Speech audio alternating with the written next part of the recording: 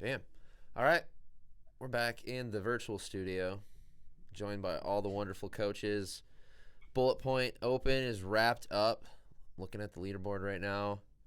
Abby's tied for 8th. 3 other people. Right? 1, 2, 3. I can count. Yes. Boom. Yeah. I'm Congrats. representing the Well old done. people. Yes. Letting those youngsters know what's up. They got to work harder. I like it. Hey, no, that's like my favorite moment at the gym when we get college athletes or younger people start and they see like moms repping out 200-300 pound deadlifts and just like kicking butt in the workout. And you're like, yeah, she's got 4 kids, full-time job, and you can barely get out of bed at 9 o'clock. I don't like what's the problem here? What's going on? So no, that's awesome. Kudos. Hey, thanks. How's it feel? How do you feel physically right now? I feel great. You know what? Because I didn't redo the deadlift workout. So um, Fair it's enough. just fun. Like for me, it's all about just having fun now. Like if I'm competing and it's not fun, then I got to reevaluate why I'm doing it. For sure. What do you enjoy most about it? Like what does fun mean? Hmm. Oh, that's a hard question. Fun means that I can give my best and be okay with what my best is for that day or that workout or that performance. And I don't have to um I don't have to feel so much pressure, Mm. right? And that kind of goes into our topic of like expectation. Yep. I struggled with that for a very long time of my own expectations of what I thought and what I thought other people expected of me. So kind of getting away from that and just doing it because I want to get in a great workout and I want to be a role model for my kids and I want to be a role model for the other people in my gym and let people know that you can do this for your entire life if you do it the right way. So, Mm. Love it. It's a good intro into what we're talking about today. And just for everyone listening or watching, we're joined by guest Alex today. Alex, say hello to everybody. Give a hello little. everybody. Here you go. Give a little background, who you are, what you do. Yeah. I'm Alex, like Bill said. I'm a Master's of Athletic Training student in my last semester of school. Former collegiate rugby player and wrestler. Right now I'm working with Bill at D1 as his intern for this current clinic rotation. Yeah. Boom. Cool. Welcome, Alex. Yeah. Thank you. Good to have you. So, as Abby hinted at, we're talking about expectations, performance wise, maybe mental health wise, personal wise, post competition. So we're gonna use the Bullet Point Open as a primary example. But Alex, I'm super interested to hear your kind of takeaway from the conversation today, as well as from being a college athlete, someone that you've devoted a huge chunk of your life managing wrestling, training in wrestling, rugby, obviously competing in, and then making a pretty important debut into UWSP wrestling. Because prior to you competing in there, was there a female team? What did that look like before you? Yeah, before me, we didn't have any female wrestlers. We had athletes at Point that had wrestled in high school, female athletes that had wrestled in high school that were pretty successful high school wrestlers. And then going to college, they wanted to wrestle, wanted to stay at Point, but couldn't do both of those. And then there was talk one year about adding a new women's sport, and they were going between, I believe, wrestling and lacrosse. And Johnny went and talked to our head coach, Johnny Johnson, went and talked to the athletic director and kind of volunteered himself to coach the women's team, also explained to our AD that we already had the facilities because we already had the wrestling room. It wouldn't cost him that much more because he didn't have to hire a new head coach. And then just really sold that pitch to our AD to get a women's program going. So last year was the first year for Point to have a women's team. We were one of a handful of schools to add a women's team last year.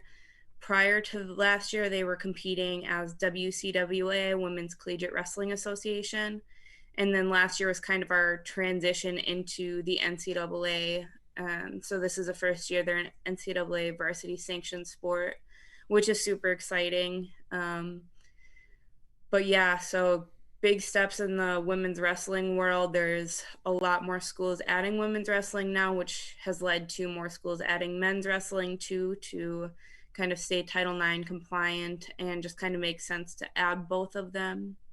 So big moves being made in that realm of the sports world, which is really exciting. Boom. Heck yeah. And you're undefeated.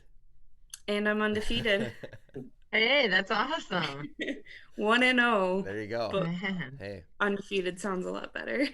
Heck yeah, that's awesome. Good for you. rolling with it. I like it. So the kind of the energy of that, you know, the finally we're all of these female athletes have been competing in wrestling at the high school level, haven't had anywhere to channel all of the hours spent right in their lives to get to that point, to get to college and not have that outlet. So it's cool to see that available. I think it's taking that same kind of pathway for adults in CrossFit competitions, competitive exercise, I'll jokingly call it. It's a great outlet, right? So many people, they maybe played club sports, competed in college, and then they finish and there's nothing. There's, you know, bodybuilding, running, maybe powerlifting or strongman. Some places have those. Weightlifting for some, sure. That's definitely a tougher one to get into mobility wise if you haven't been spending years and years kind of greasing the groove in those movements. So I really love something like the Bullet Point Open. We've been talking about it for weeks now just because it makes competition more inclusive. It's another outlet that's accessible for a ton of people. And the beauty of it in this is that, you know, it doesn't necessarily have to be a CrossFit affiliate. So if you're just someone working out in a gym, like, did I see the men's RX Open was an independent? Like, it's stuff like that. It's super cool to see. I don't know anyone else's thoughts on it. Kind of going off of what Alex is talking about, the competitive. Yeah, I like spirit. that you don't have to be in a CrossFit gym. I mean, especially in the COVID world, it's cool that, I mean, some of these workouts you couldn't do from home, but you could definitely find a buddy in a garage gym that's got all the stuff that we could do this year. So can't do anything about the Team Cup championship, but you can enter and have fun like everybody else. So I think, like, going back to the having more opportunities for more people, like on Alex's cases, is having a wrestling team for females at college level. I think all the sports are coming now together to realize that there's not only just males doing things. And a lot of the sports were still closed to most to females, or in my case, to handicapped people. And now we're seeing this growth of all of the big committees bringing all of the females and all of the adaptive athletes into the sports, having the same rules and regulations that everybody else has on those sports. And I think that's going to open a lot of opportunities, not just for regular people, but for like college people, that if they're done with college, they don't have any other sports that they can go to continue their journey. Yeah, that brings up a good point. What do, I feel a little bit naive here. I don't even know. What do like adaptive athletes do, like from high school? How do they compete in the college level in Wisconsin? Do they just go to regular schools? And does So anyone know? like I'm down in Georgia. I'm in the hot weather. I'm not up in Wisconsin. I don't like the snow. uh, so down here, the closest thing that I just heard of like last week, there is I think it's the University of Alabama that they devoted a whole gym and, and head coaches and stuff like that for adaptive people now. That's the first time ever that I heard a university has that kind of accessibility for anyone with a disability. But I don't think that as far as high school goes or anything like that, I don't think they are up to that yet. Yeah. Bam. I'm just pulled up the Wisconsin Adaptive Sports Association Okay.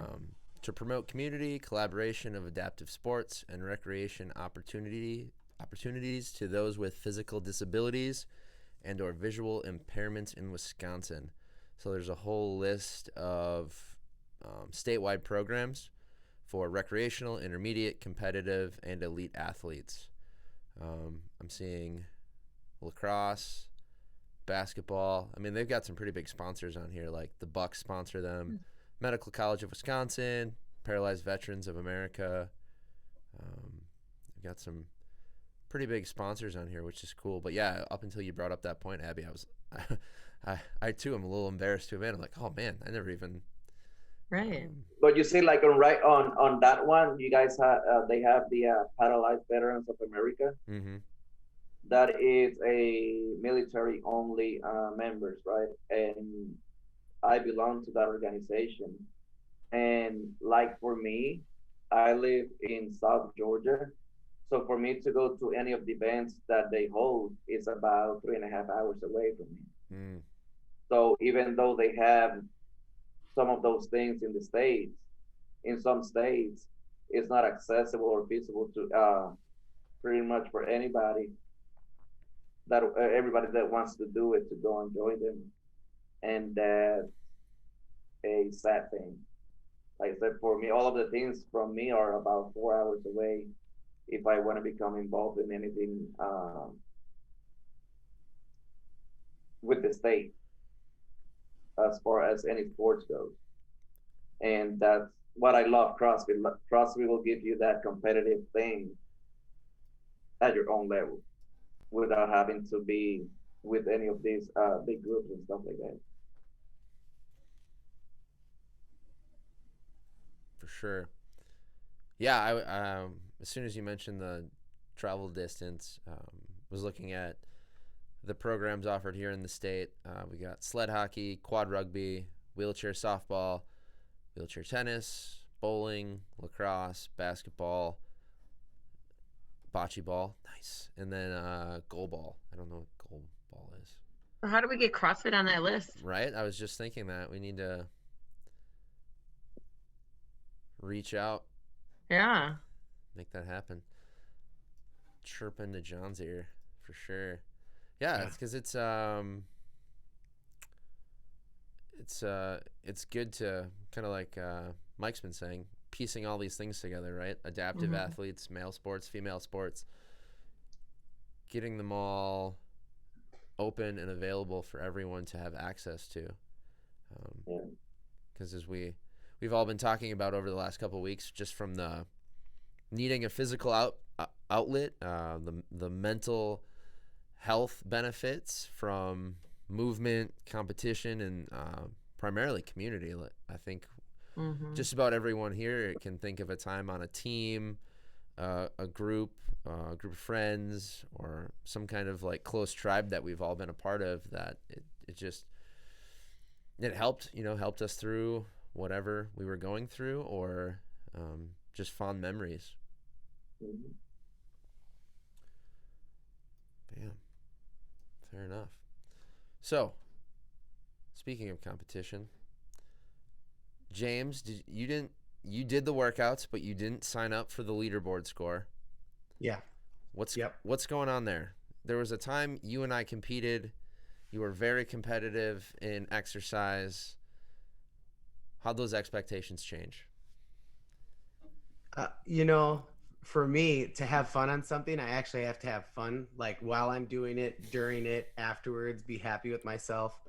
Uh, just every time I sign up for an open or something competitive, like two other things in my life have to sacrifice. And I realized it was like 2019 that I was sacrificing teaching my kids how to be physically active like my dad taught me. He did everything to go out of his way, and I don't remember him being selfish.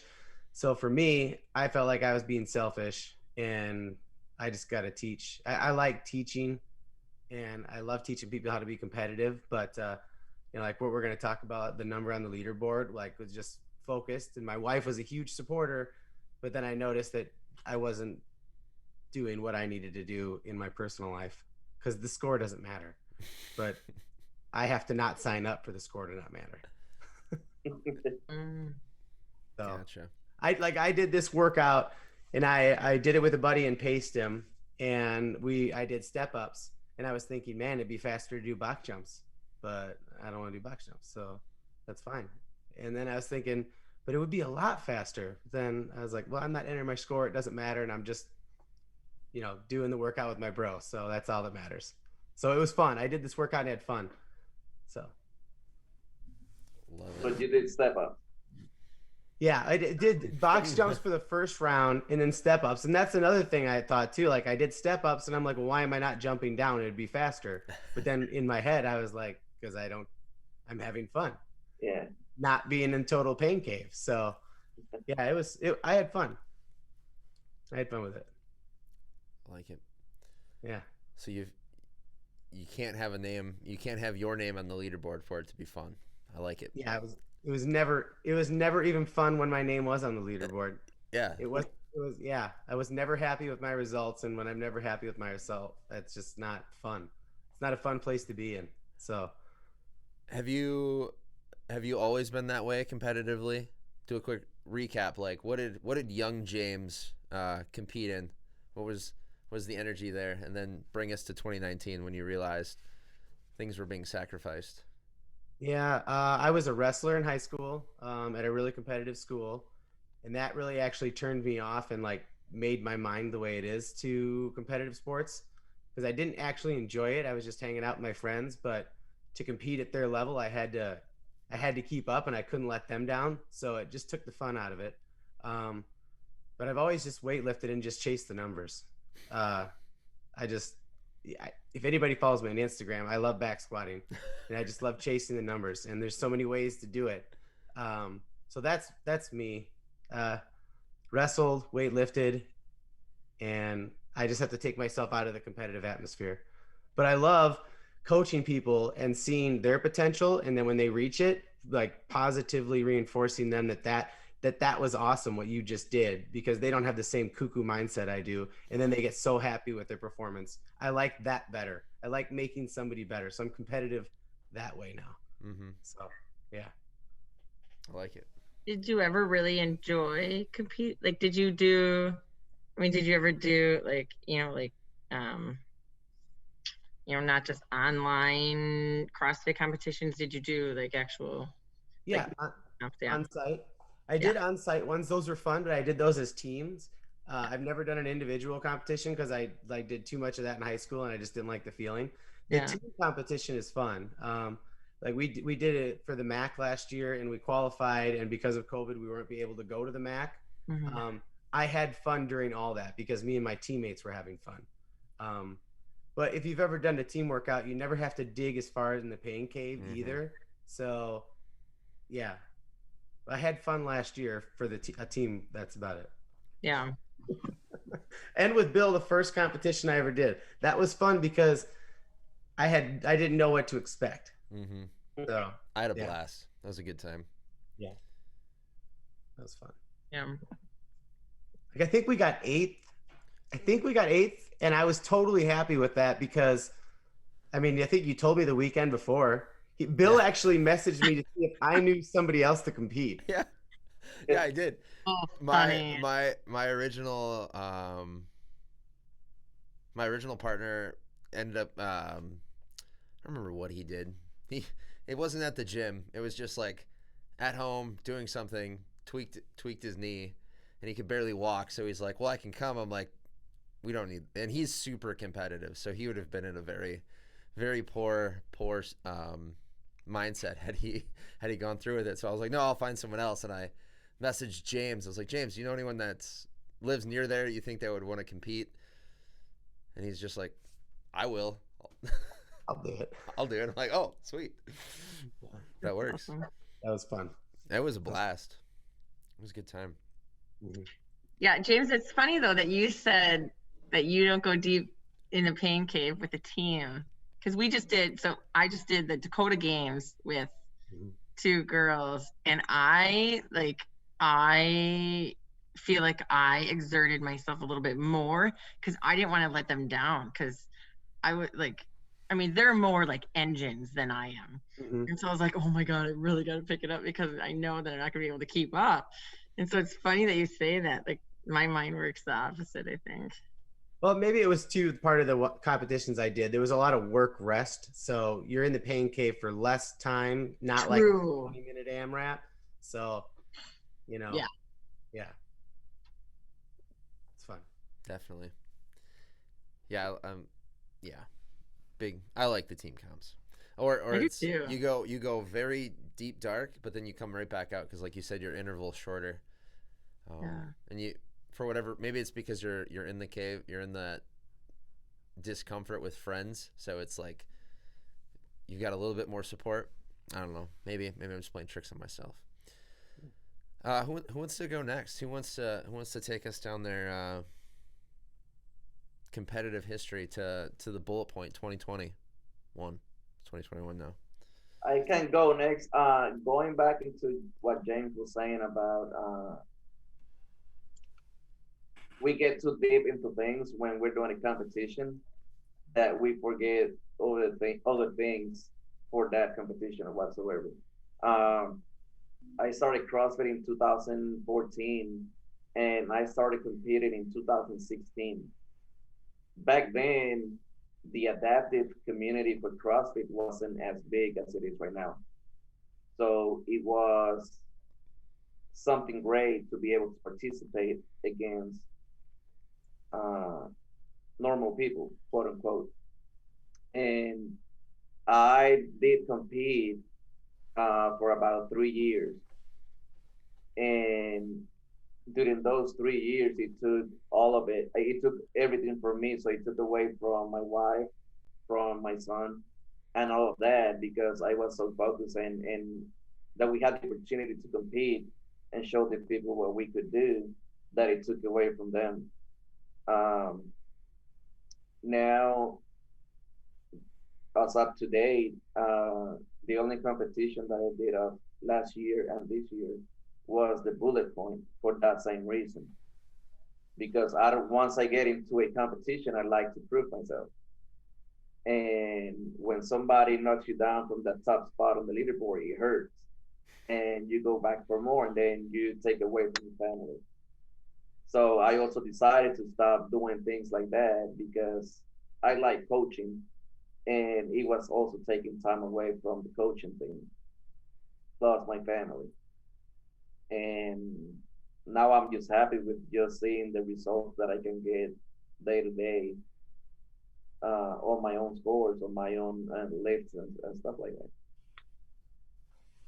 It's great, but it takes a lot if you want to do it the right way.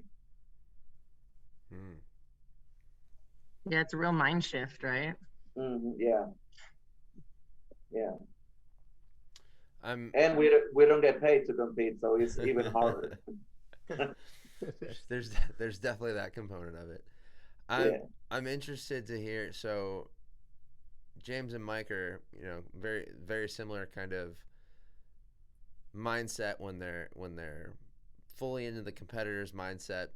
Other aspects, important aspects of their life, but they kind of take a back seat. Alex and Abby, is that similar for the two of you when you're fully competing in season or prepping for like a certain event or a competition? I think it is to a certain point. For me, I've always been super competitive, and a lot of that is I'm a very goal driven person. Um, so I'm very competitive just with myself, which I've realized more so now that I'm out of sport. Um, I think when I was still in athletics as more of a competitive athlete in the typical sense, like, with rugby and wrestling, a lot of it was not wanting to let my coaches down or let my teammates down, but I also set very high expectations for myself, um, and just felt a sense of failure when I didn't reach those goals, even though the goals I had set weren't realistic. Um, but then once my competition got cut short due to my ankle injury, I realized how much competition drove me as a person. So I talked to Bill a little bit about it too, but I've realized that I kind of lost a sense of myself when that competition was taken away. So once I went through rehab and recovered through that injury, I realized how much my athletic trainer played a role into getting me back to the level where I could compete. Um, and kind of use that to find a different way to compete. So I've started running now, which is something I've never enjoyed, but it's a way for me to still compete while training on my own. Um, but now taking a step back from competition myself, kind of like what you guys were talking about with coaching, looking at it from an athletic training perspective, being able to help my future athletes get to a point where they can compete at their best, and using my competition mindset to drive me to be a better athletic trainer, so that I can help my athletes compete to their best, knowing how much competition means to them. So similar to taking a back seat, as you guys are talking about with coaches and making sacrifices in that way, taking a step back as an athletic trainer and pushing my athletes to be their best rather than using my competitive mindset and making it a little bit selfish in that sense. Mm-hmm. Can definitely see that. Makes sense. Abby, what about yourself? Um, so I really enjoyed, well, I'll bring it back to bullet point. So like this bullet point, we had a handful of people who have never done a competition before, CrossFit competition. Mm-hmm. One has done, college sports, and so she's used to competition.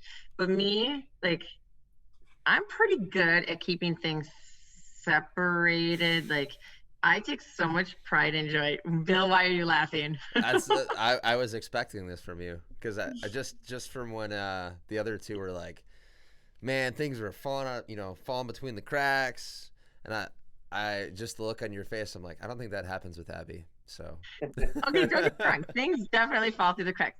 But okay, I'm talking. Okay, yeah, I guess there's a couple different elements here. We'll get to those. So I really enjoy seeing other people compete and giving their all.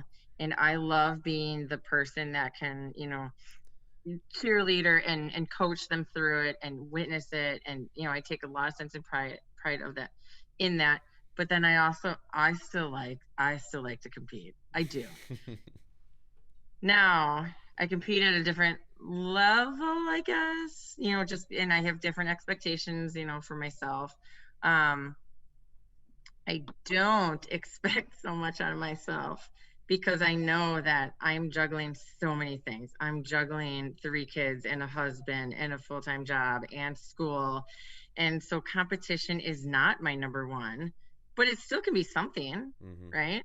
And so, I'm figuring out that way. Okay, great. I know, shake your head. I've only been in school 2 weeks, whatever. uh, but I still feel like it's a priority, right? Like I have my list of priorities, and I can still balance them, and I can still enjoy competing as of right now because nothing else is really falling too much. Mm-hmm. We'll see Yeah. if it does. Yeah. Well, I think you've realized that it's that competition or the energy behind it or the focus it gives you is a big part of your personality, your fun of life, and so recreating that any way you can makes you better at all of those other things you're juggling. So, and you've been able to figure out how to talk yourself into a place where your performance is all of these other things that you want to kick ass in life, and this little CrossFit competition on the side makes you better at all those other things, right? It's like one way for you to kind of sharpen the sword and all those other things, where if you weren't doing the CrossFit competition, part of you, like the caged animal athlete Abby would be just like shaking the bars and like, I don't care about the rest of this, like doing on the kennel trying to like I need this, I need the the discomfort, the physical outlet, I need to practice my physical skills, otherwise I'm just going to go crazy on the rest of it. So it makes total sense. Right. So it is part of my balance. Yeah. If I don't have that, then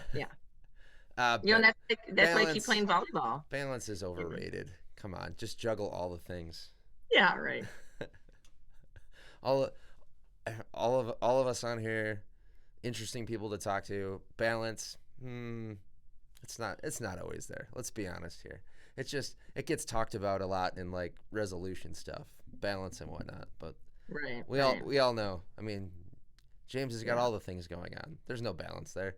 You just get really good at juggling. Right. Yeah. Or back squatting. I will say. Oh, sorry. What, Bill? No, I was gonna say you just get good at juggling, or in James's case, back squatting. Yes. He juggles all the weights on his back. That's amazing. All I need. You've got a great squat. I enjoy watching you squat. So, no, I like it. I always do it from the backside too. Got to get those booty angles in. That's right. That's I have one friend that comments only about my butt. That's awesome. It's like speaking of, did you see, so I feel so bad for one of my athletes too. So one of my master athletes, here we go, Bill. He got second overall place, which is amazing. Nice work, DVD. Woo, shout out. So he was going through and getting his videos prepped to send them over. And he sends me over a video, and here I am. I had no idea that his camera was set up right where I was walking. I planted my butt right in front of that camera, so you can't see his video. Sorry, John. Whoops. You're like, it was for 2 reps. But, so embarrassed. And then so of course he puts it on Instagram. I'm like, thanks, guys. You gotta. That one time coach helped me out by blocking the workout. Oh man. Dan Van Duzer. Yep. That's a great name. It's like it reminds me of Jean-Claude Van Damme. So now I just want to watch action movies. Mm-hmm. Yeah. Nice work. So how did he do overall? Second overall. Second. Nice. Mike Mead. He would name. That's his home gym, I think. Oh, that silly goose. Nice work, Dan. Well done. That's some oof.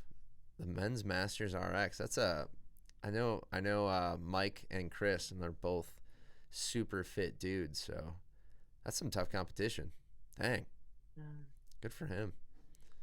Yeah, there's a lot of great Masters athletes. Mm-hmm. That's for sure. Yeah. Bam. So, where do we want to steer this to next? What are we feeling, coaches? What's next? Expectations. Let's talk expectations. Let's get into it. Yeah. So expectations. What do you mean by that, Abby? Are you talking pre-competition, in the competition, post-competition? Oh, I just, performance in general, right? Like, so I've been giving this a lot of thought since we brought it up 2 weeks ago, I think. Mm-hmm. And we were like, hey, we're going to talk about this. And this is something that I have personally given so much thought to and really had to kind of come to terms with, because I would get really stressed out when it came to the open, and then when it came just some even like benchmark workouts or whatever. And in my mind, it was, all these expectations, like I need to do this, I should do this, I should be able to, blah, blah, blah. And so then I really started breaking it down and going, okay, right, we have kind of two expectations really. Is it an internal driven or is it external driven, right? So our internal, it's something that we expect out of ourselves. You know, I expect myself to perform this way, or I expect myself to be able to do this, or whatever it is. I'm specifically talking performance. Yeah, you can put it into life situations too, right? Whatever. So internal. Otherwise, so the external is so and so probably expects this from me, or you know. So it's like it's more of an external focus, even though you think it's still, and in your mind it's still an expectation.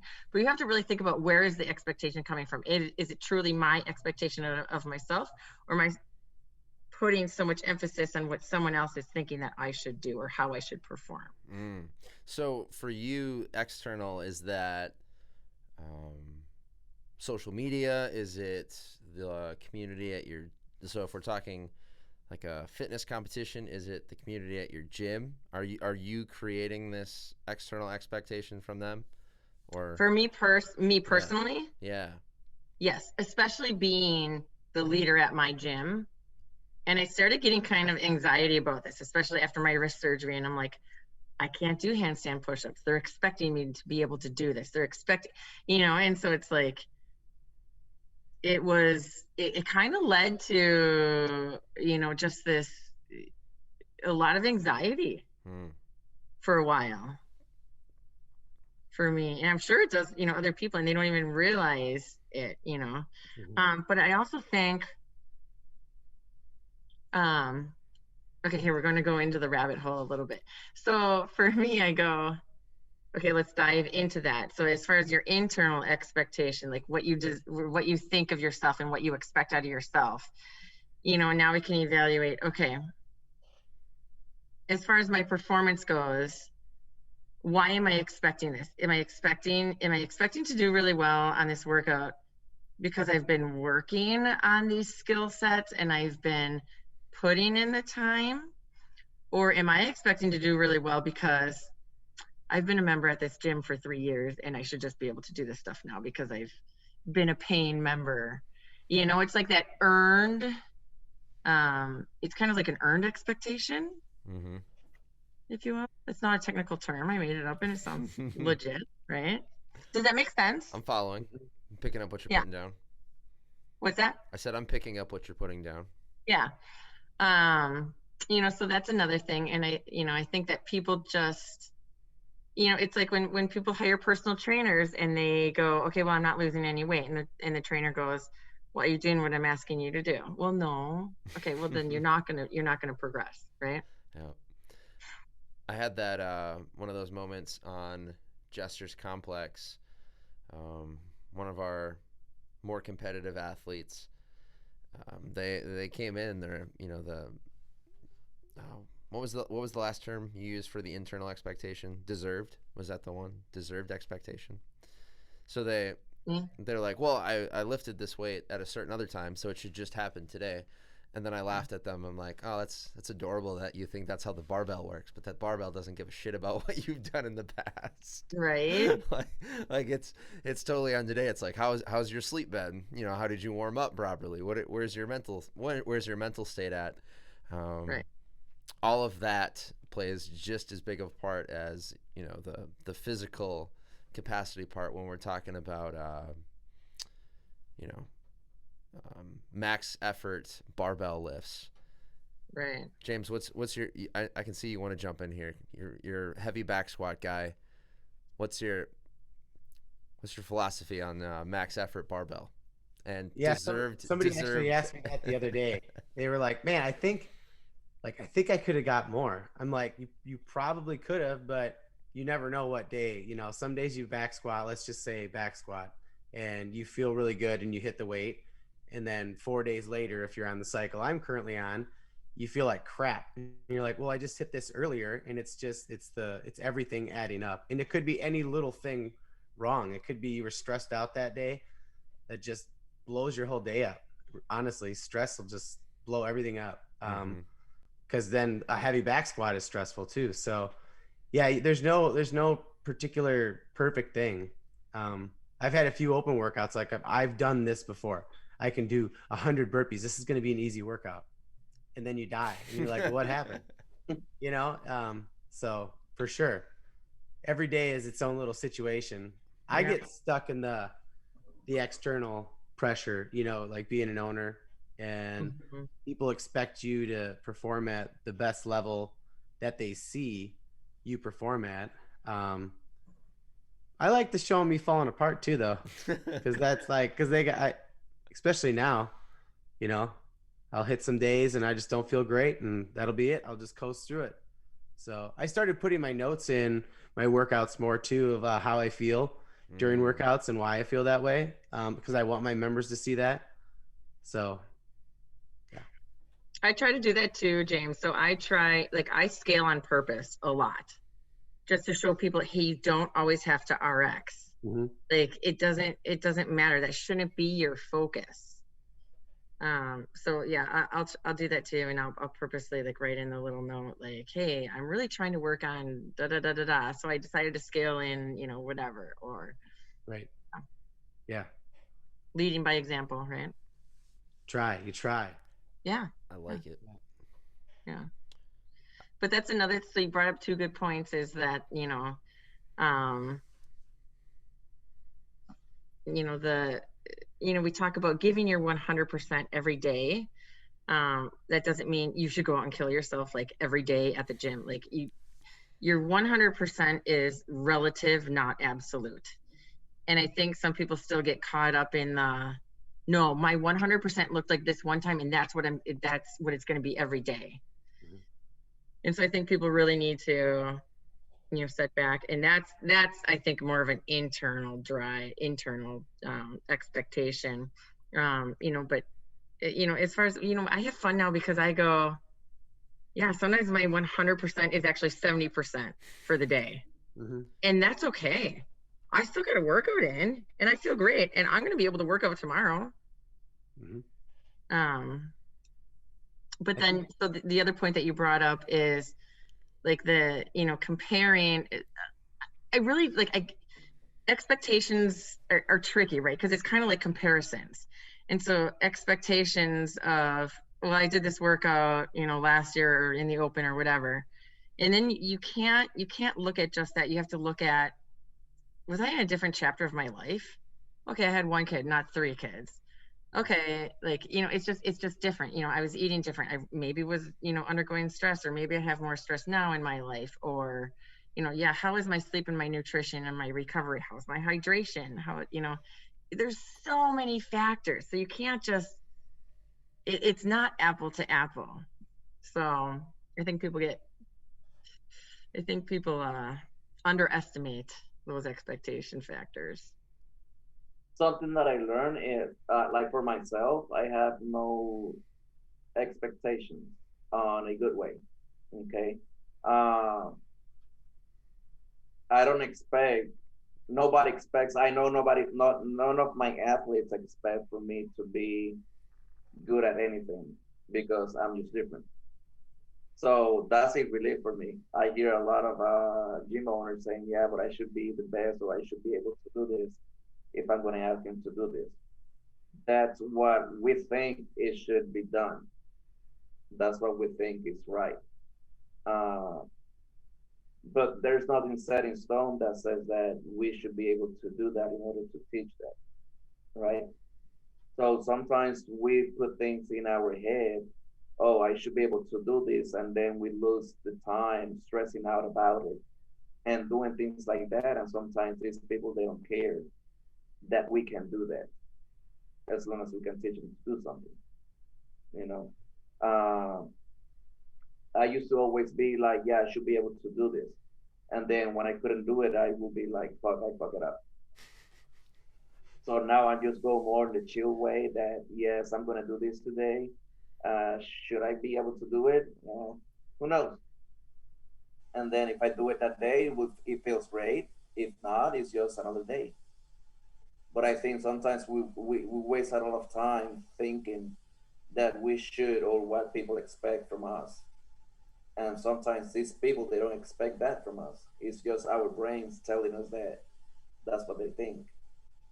And I think that's something that we should try to work on that, not just on the gym side, but also in real life. Sometimes we think people expect something from us and we try to please them.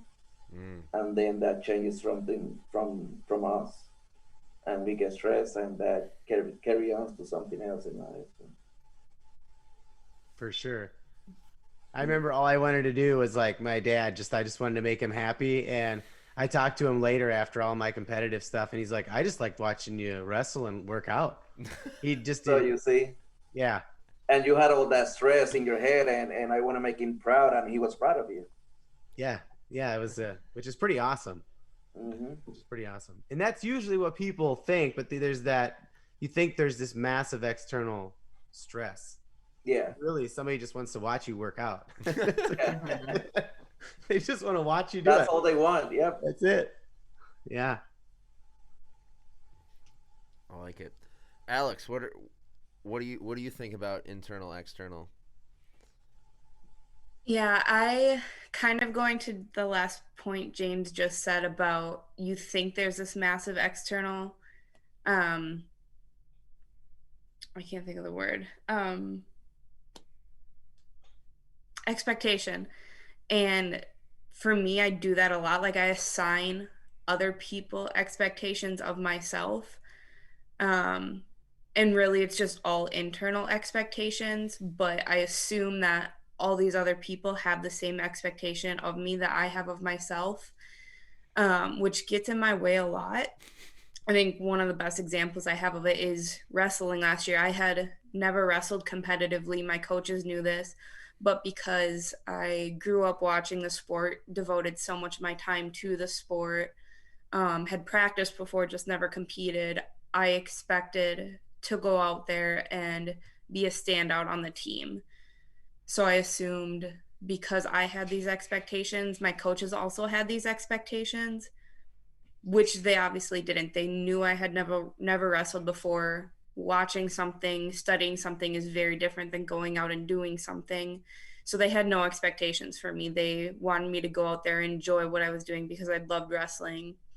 But that's kind of just every aspect of my life. I set these expectations. And then if I don't meet them, I feel like I'm bad at whatever I'm doing. I mean, even stepping outside of the athletic world, down like the most ridiculous example I have is like going fishing. Like I can be fishing with someone if they're catching fish and I'm not. I feel like I should be catching fish, and I feel like I'm bad at fishing just because I have those expectations with everything, and it's the most ridiculous thing. And yeah, it's something that I've been getting better at and realizing, when I think of these expectations and they're causing me anxiety, like Abby was talking about, thinking, okay, are there really these expectations, or is this just unneeded stress I'm putting on myself? And 9 times out of 10, it's just unneeded stress I'm putting on myself. But it's also led me to taking up a lot of new activities because then I don't have that expectation on myself as much. Like running, I've never enjoyed running. I've never been good at running. So then signing up for a 5K or a 10K or a half marathon or whatever, I don't have expectations. I have goals, but I'm not expecting to be the top at anything. So yeah, I've started enjoying more new activities, especially in the athletic world. Even just this last week, joining or going to D1 and trying, doing those different types of workouts rather than just strength training or athletic competition, it decreases those expectations, which I've learned makes me enjoy the activity a lot more because I love learning and that's what I'm doing. I love that you brought up learning at the end of it, Alex. For my fellow coaches in here, how much of that is part of your process for competition, for coaching, for fun? Where does learning fit in? I think it's the number one thing. Yeah. Yeah. Yeah. Like this year, I'm learning, maybe learning to get better, and you're always learning. Like you can give somebody bad coaching advice and you got to learn from it. Not like bad technique, but just maybe a bad strategy, and you've got to learn from that, and then you can help everybody else. So just constantly learning. Yeah. And you can, there's so much you can learn. I mean, right, the movements themselves, how to conduct a class, how to create better coaches and better leaders. Like there's just, there's so much you can learn. Yeah, it is. I think also one of the things, and I don't know if this is just me, but when I do the first class of the day, and then I go into the second one, I think like, what, that was pretty fucked up. I could do better on this one. So for me, it's a learning thing every day. On every single class, I try to see at the end of the class what I did wrong and what can I improve on, and then I try to do that on the next class. And then at the end of the day, when I get home, I say, okay, this didn't work the way I thought it was going to work. And then I write it down somewhere so I can remember the next time we're doing something similar. And I think every athlete every day can teach you something if you really pay attention to them. Doesn't have to be on the workout. It can just be talking to them, and they can teach you things every day. Doesn't have to be necessarily from just exercise, but from life. For sure. So we've got internal, external expectations, how they're very much connected. If anyone following along hasn't gotten that yet, go back, re-listen to the last like 10 15 minutes. So Abby, we've got a pretty good grasp on internal, external, how they're connected. I think we've got some pretty good strategies, or at least philosophies, from everyone here. What's next? What else have you been thinking about for expectations? You want me to keep talking, Bill? I do. I think we covered most. Let me look at my notes. I wrote down a couple notes. Like I want to talk about certain things. Let me see if I had anything else. Oh, so one thing I did have as far as expectations is like really the root of where they stem from, right? Like this is biased to CrossFit. Like, so one of my coaches / friends, it was so funny. She wasn't even coaching. She was just in a class. And one of my friends, who's also a member, she was really disappointed she didn't hit like a front squat that she used to normally hit all the time. And she was really upset. And you could see like at the end of class, she was just, head down. And so, one of my coaches, also friend, she goes up and she goes, "Hey, Megan, I want you to go to the grocery store and go tell the cashier what just happened." And she's like, "Huh?" She's like, "Because in the grand scheme of things, it really doesn't matter. She's not going to know what you're talking about. And it just doesn't matter. Like, you can't let it affect your day." Because she was like, and it was like, oh my gosh, it was like one of those glory moments, right? Where I'm like, I'm never going to forget that. Because in the grand scheme of things, how I just performed doesn't really make it's not life or death, right? But then we have to kind of what Alex was talking about, are these expectations, like, are they rooted, like, why are they rooted in us? Are they rooted because they're helping us? Or are they rooted in fear?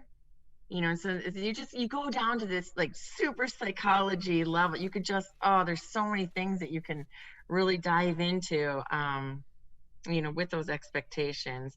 But then another thing is, it's not just what we expect out of ourselves. It's us, as leaders, like, do we push these things on our members? Sometimes I look at a work and I go, oh, I expect, so-and-so to kill this workout. And then, as coaches, are we telling, like, you know, there's certain members where I go, hey, I think you should finish this sub 10, you know, and then it's like, shoot, maybe I shouldn't be doing that. Yeah, it's fun to, you know, like to push them a little bit, but what if they're like me and they go, man, my 100 today is 70, meaning like my 100% that I'm able to give today is only 70. Now I've got my coach who's saying, man, I expect to see you kill it out there today, you know, just at a regular, you know, regular workout for the day, you know. So we have to be really mindful. And this is where it comes down to, you have to know your athletes, right? You have to know, you know, you just have to create those relationships. And so I think, man, expectations is just such a black hole. We could go, you know, we could talk about this for hours, right? And really the psychology of, you know, where it stems from and why we're doing it and who it really affects, and members doing it to members, right? Like, I mean, man, we've got people in classes who go, oh, great, here we go. I got to chase so-and-so because there's, you know, ring muscle ups or there's whatever in it, right? So it's really just, it's just interesting to think about. It's just, be mindful of what you say and how you say it more so. I think that's a big one between athletes, because once they see the leaderboard, they go like, man, you should kill this shit today. You should Right. do better than such and such today. And then they get put on the spot and they start thinking now, well, now they expect me to beat such and such on this workout. Yeah. You know what? If it didn't work, though, there wouldn't be so many CrossFit gyms. So there's got to be some proof in the pudding. If what didn't work? If it didn't work by saying, I got to do this, I got to do that, you know? Yep. You know, like, you got to know your athletes, but I feel like it works for 90%. I'm not going to put 90% down on like my life on that, but I feel like it's worked really well, and that's why there's so many CrossFit gyms. Yeah. Totally. You know? But yeah, you got to know the person, because I did tell somebody they had to win the bullet point one time, and it turns out I put on a stress blanket for them for 4 weeks because they were so stressed out, and I was being serious and they knew I was being serious, and I won't do that again. Was it your wife? No. Okay. No, it was our training partner. So that would fall under the 10% outside of the 90. Like, don't do what James did. Yeah, you'd learn from that. That's one of those. Yeah, that's one of those learning moments. Whoops. That your external expectation for this person was unneeded. Yes. Well, She that's won. She most did Cross- win, but it was not needed. She did win. She did win, but it was not needed. Yeah. I'm sure And her. most CrossFitters are crazy, like, right? We have that crazy, we're, you know, like, if, like, we want to kill it. We do. Like, it's just part of our nature. It's part of our genetic makeup, you guys. Like, We're we should- different. let's get our CrossFit like DNA. Like, Yeah. I've seen Alex work out and then do homework and run and do all this other stuff. So I know she has that same DNA makeup while I sit there and sarcastically talk to people and drink coffee. So she's definitely got that same thing going on. You might become a CrossFitter anytime soon. I think this is a dangerous world for me to step into. Kool-Aid. Well, time. Well, you've got 5.5. Well, no, the first week's over. I try to be the opposite of what I had many of my clinical rotations, where I give Alex the control of making her schedule. I'm like, hey, you're under enough stress. What works well for you for your clinical hours? So her 3-day work week is over. She's gonna go chill out the rest of the week. But you've got 5 more weeks where we can get you addicted and, like Abby said, drinking the Kool-Aid. Sounds a lot better than running marathons for my competition outlet. Yes. Not to say that the running competitions can't play a part in there, but we'll stick to the half. I don't go. need to do a full. Yeah. Exactly. Half is good enough. I did the Madison half once. That was fun. Yeah, I'm signed up for it's part of Grandma's Marathon in Duluth. They do a half with that. So that's in June. That's awesome. I ran Grandma's twice, and every time I ran the marathon, I was thinking, why didn't I sign up for the half? Why did I do this to myself? Did you do the half first, or did you just go all in? I did a full marathon before I did a half. Yeah, that's about right. See, you're a CrossFitter. You do. Yeah, I'm crazy. I'm crazy. Yeah. I like If you're it. gonna do it, you do it all in. That's right. All out. So here we're at an hour. Expectations episode. It surpassed my expectations. Ha. There you go. Oh. Boom. I like that. Does anyone have anything they want to conclude with after our conversation? Anything they want to share with people before we wrap it up? I know we covered a lot. I think just the learning aspect. I think we talked about expectations. Everybody should know after this, there's not these big pressures on expectations. So learn and chill out a little bit and have fun. Right. I like it. Boom. Get your learn on. Yeah, and people like, I think we talked about this once before. Like, people are so worried about, oh my gosh, what are other people going to think? And that's a barrier kind of why people don't come in, because people are going to look at me and they're going to know I've never done this before. People are so focused on themselves and like what they're doing. So like, right? Yeah. People really don't care. Yeah. People care about what they're doing and how do I look when I'm doing this, and how does my ass look when I'm back squatting, and like, don't put so much pressure on yourself. It's True. I like it. Cool. All right. We're gonna end with that. awesome. Boom. Later, Thanks for everybody. having me, Phil. This was fun, guys. Awesome. Yeah, I loved it. So looking forward to doing it again with you all, and thanks for coming on the podcast. Heck yeah. It was really nice to meet you guys. Boom. Meet you too. Yeah, you too. Yeah, you too.